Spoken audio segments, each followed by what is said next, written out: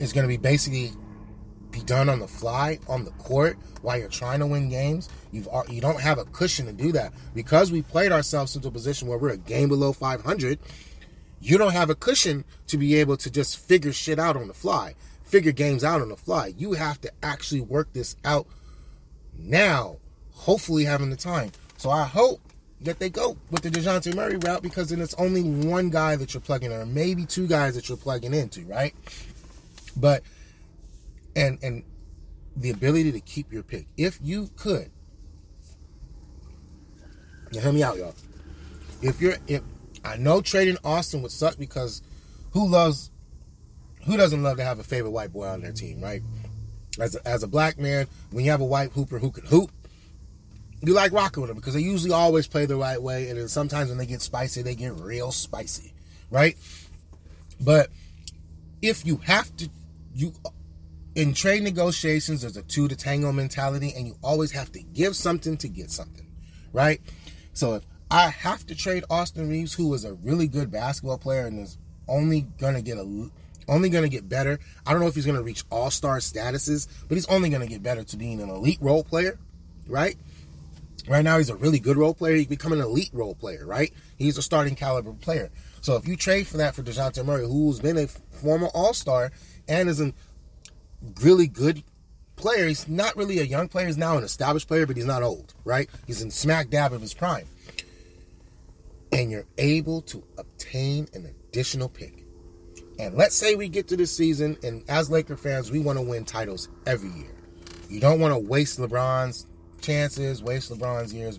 I get all that. However, let's just say we make that trade.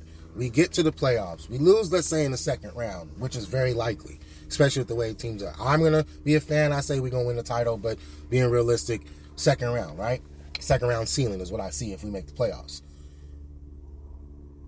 You have upwards of 4 picks now to trade for a young budding star.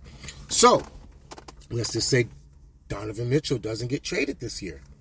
You have multiple picks and young players and assets that you could trade to get Donovan Mitchell. Let's just say B.I.'s tired of being number 2, and the fact that they're not catering the organization around him, and they're steadily catering around Zion. You have an opportunity to trade for there. Let's just say you want to get an Anthony Simons. Let's just say you want to get a Desmond Bain. Let's just say you want to get any young player out there where you have that many picks and you have the salaries to potentially max, especially if they've signed a rookie max deal. You have that opportunity to make your team better in the future, to where not only would we be able to cater to LeBron's last year's with way more talent and allow him to really truly take that step back, and you've remade the team for the future. So you have those options. I personally would lean towards DeJounte Murray. I don't know what y'all would do. Y'all let me know what y'all would do. But I would lean towards DeJounte Murray. Zach Lavine is hard, though. Pause. But Zach Lavine is a really good basketball player, a star, a stud. We haven't had a player with that type of athleticism since Kobe Bryant, since a Shannon Brown, like guys who can just electrify the crowd off of some athletic plays. But having that from the star position, we haven't had that since Kobe. And that would be lovely to have something like that. So don't get me wrong. I'd be all aboard on that. 100% on board. Okay? I just want to get that out there. But I would take DeJounte Murray. Now, some other names that we should consider if DeJounte Murray and Zach Lavine are not going to be options. Atlanta's asking for too much. Chicago Bulls are just insane.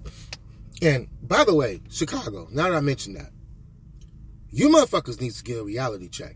I know Jerry Krause did some foul shit to y'all when he was a GM, as far as saying, Phil Jackson, you can go, and causing Michael Jordan just be like, that's it, I'm out of here, I'm retiring, and just breaking up that dynasty and not going for 4 what no one's done since the Celtics.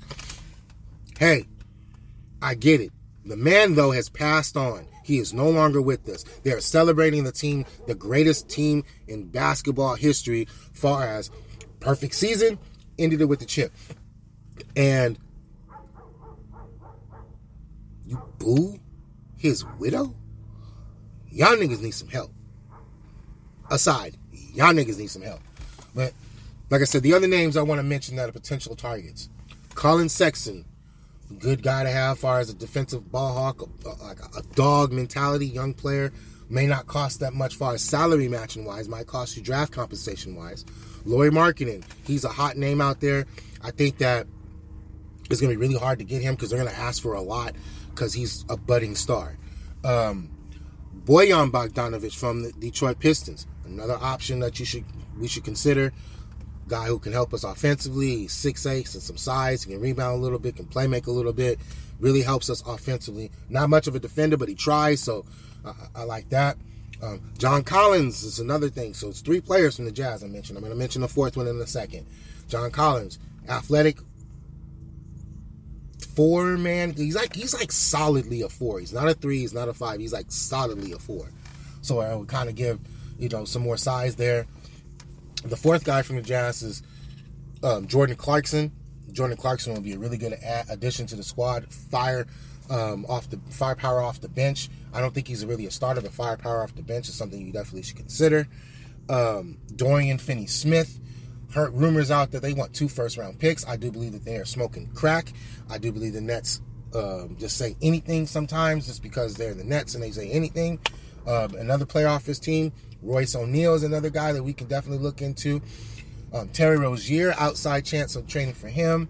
I know this is a hot topic.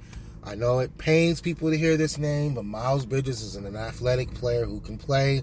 I know he has the domestic violence history. We do not condone domestic violence. And that's man on woman, woman on man, woman on woman. You get the picture, right? So, no condolences of domestic violence. That's even when domestic violence is like you consider child abuse, all that. I 100% do not condone that. So if that man is perpetrating that, I get it. I get the vitriol from it. Players are allowed opportunities for second chances. I don't know if he's going to get that second chance when his contract is up. Who knows? We'll see. A name to be seen out there. A guy in a buyout candidate, because I would not trade for this dude, but a buyout candidate guy will be Gordon Hayward. If you're able to get Gordon Hayward on a buyout, I would definitely get a buyout. Shout out to Lakers Vino. I saw that on X earlier. I do agree with you that a buyout option would definitely be something I would look into and be interested in. And that's about it, man. I think that those are the options that we have. I think that's what's going to get us hopefully into a better space, but that doesn't necessarily mean it's going to guarantee us a championship. LeBron James and Anthony Davis are going to need to be our freaking Goliaths. Yes, Goliaths, and kill the Davids out there. But we also need a good weapon on our team. So we're going to see. But like I said, check us out. We're coming out with more content. My boy, Mr. It Is True Now, has got some fire for y'all. I got some fire for y'all. We got some interviews coming up. I'm not going to put out the names or anything like that, but we got some good local talent out here from the Valley coming out. And then eventually, hopefully, as we progress and build the channel and get the podcast going, because we've been starting.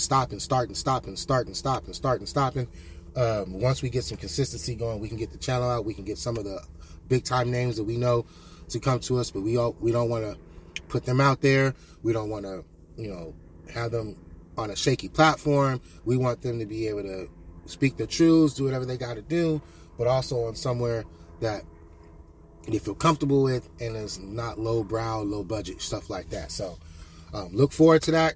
Make sure you guys follow me on X, Mamba Mentality Smitty, JoJo Bones 85 is the actual search. It's the handle.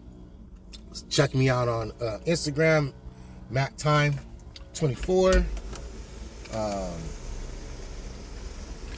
Check out my boy Mr. It Is True Now, Coach Row 19 on Instagram, Mr. It Is True Now on X.